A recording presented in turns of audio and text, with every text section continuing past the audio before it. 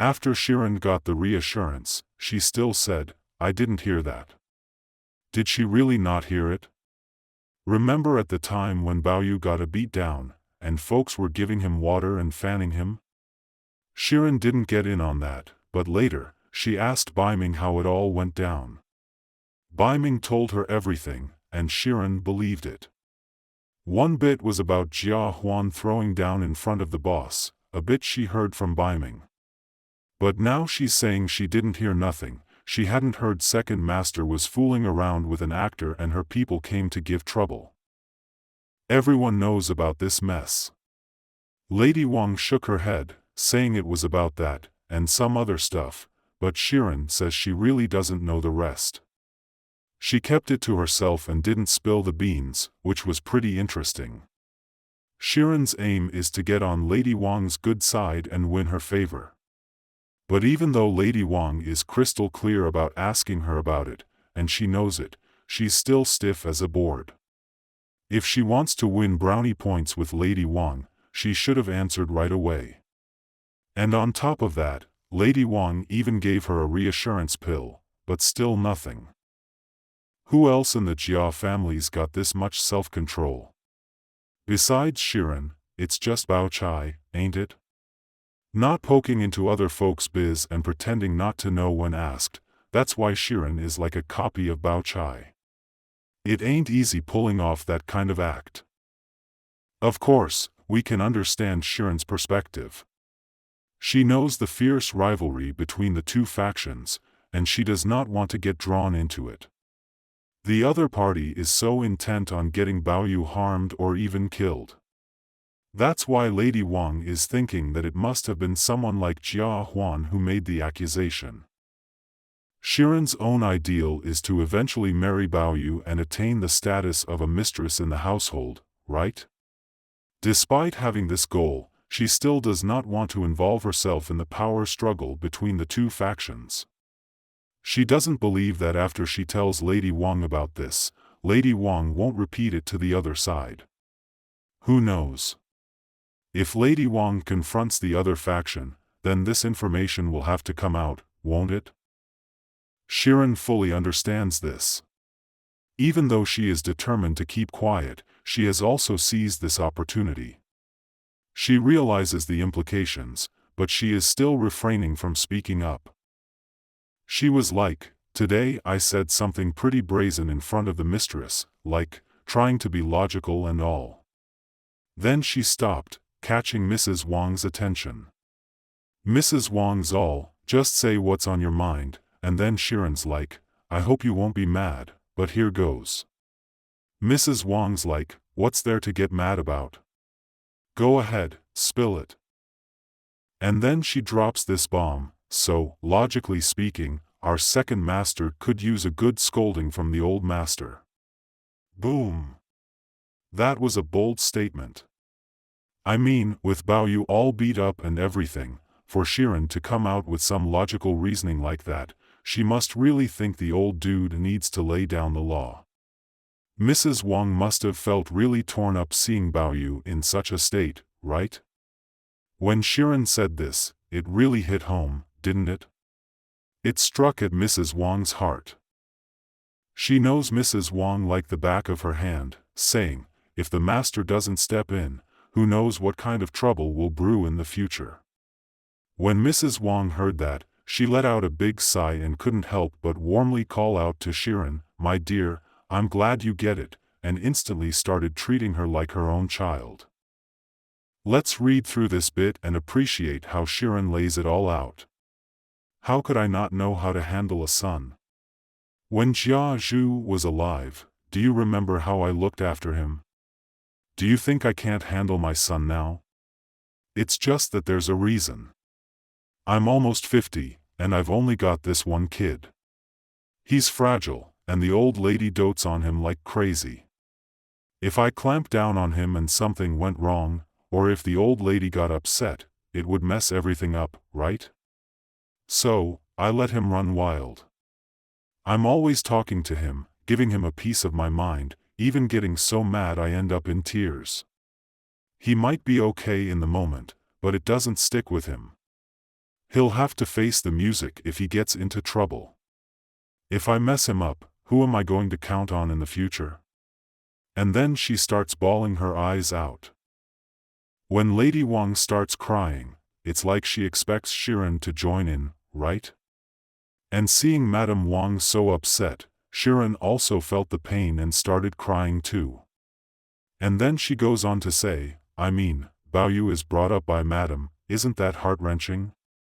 Even for us servants, if we can all get through this without any trouble, it would be a stroke of luck. Ah, those words are straight from the heart. Remember we talked about it yesterday, right? After Baoyu got beaten up like that, the book describes it like this, right? And what about Xiren? She's filled with grievances but can't let them out. It's true, she really feels wronged. I've been serving Baoyu so carefully for all these years. Everything was going smoothly, without any big mistakes, and then for him to end up like this today, this statement really shows her true feelings. And when he can't keep it together like this, how many times have I advised him? But no matter how much I try, it's useless, and those people just love to be close to him, can't blame him for acting this way. This is a really important statement. A mother talks badly about her son in front of you and you just go along with it, right? But there should be a limit. A mother can really lay into her son, right? You might even say, yeah, your son is really not good, but you can't just keep going. Criticize him, then ease up, and it's not all his fault. Ah, those people just love to be close to him, can't blame him for acting this way. This statement is really important. We really need to watch our words, you know? We're always trying to give advice, but somehow it never quite lands. When Madame brought it up today, it got me thinking about something. See, every time I want to ask for her opinion, I get a bit cautious because I'm worried she'll get suspicious. If that happens, my words would be useless and I'd be left hanging with nowhere to bury my body. That was a pretty strong statement, and Madame Wang definitely picked up that there's more to it. My dear, don't hold back, just speak your mind. Madame Wang responded in quite an interesting way, didn't she? By giving her a bit of praise at the start, was it to nudge her into sharing everything? Lately, I've been hearing people sing your praises, both to your face and behind your back. I just brushed it off, saying you were just looking out for Baoyu or being nice to others, just little things. That's why I treated you the same way I treated the old mistress. What does it mean, treating her the same as the old mistress? What is the old mistress? It means the concubine. In fact, she already let her know, right? In my mind, you, Xiren, are like that older mistress. She's already put her in that position, so she had to say that. I didn't expect that the things you just said to me would be spot on, exactly what I was thinking.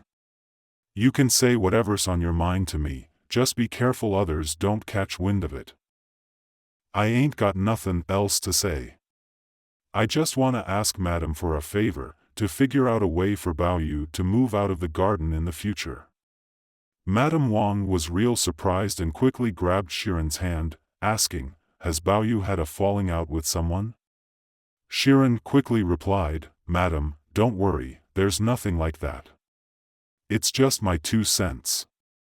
Now that Baoyu is all grown up, and the young ladies inside are also grown up, not to mention that Ms. Lin and Ms. Bao are also cousins. Even though they're sisters, there's still a difference between men and women. Back in ancient China, it was pretty common for cousins to tie the knot, right? It was all normal and fine. Note here when talking about 2 people, the order matters. She wouldn't mention Bao Chai before Lin Dayu, she'd definitely mention Lin first, then Bao. Putting Lin Dayu before Shui Bao Chai is a heads up, but she can't just ignore Bao Chai, right?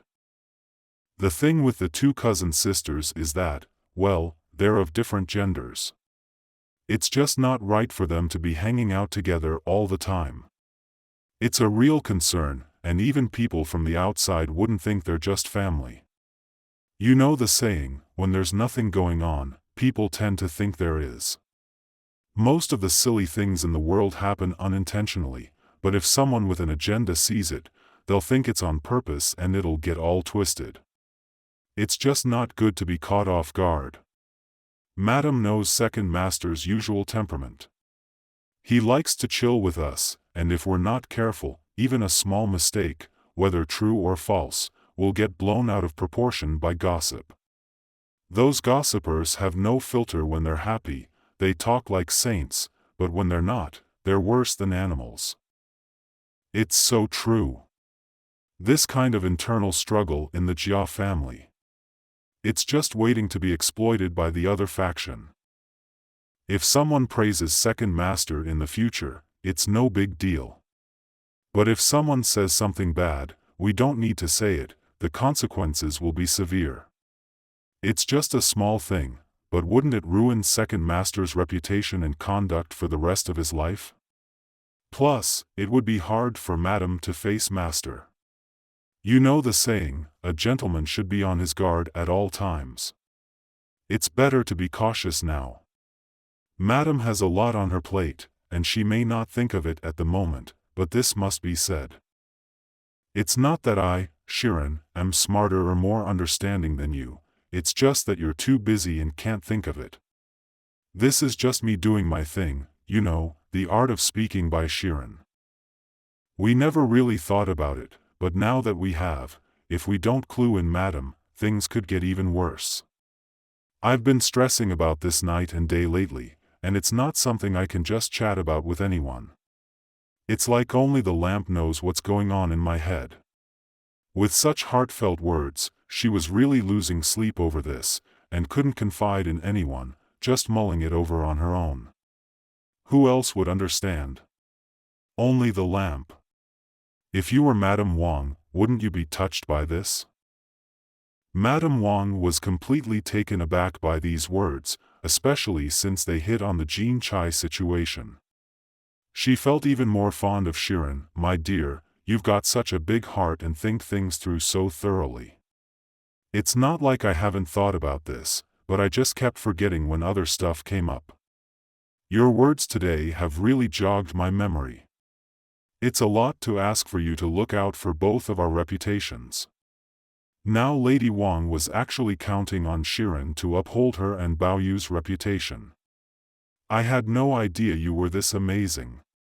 You can go now, I've got my reasons. Just one more thing, now that you've said all this, I'm entrusting it to you. Does it make more sense now? Be careful, looking out for him is looking out for me. I won't let you down. With that, Xiren's mission was accomplished.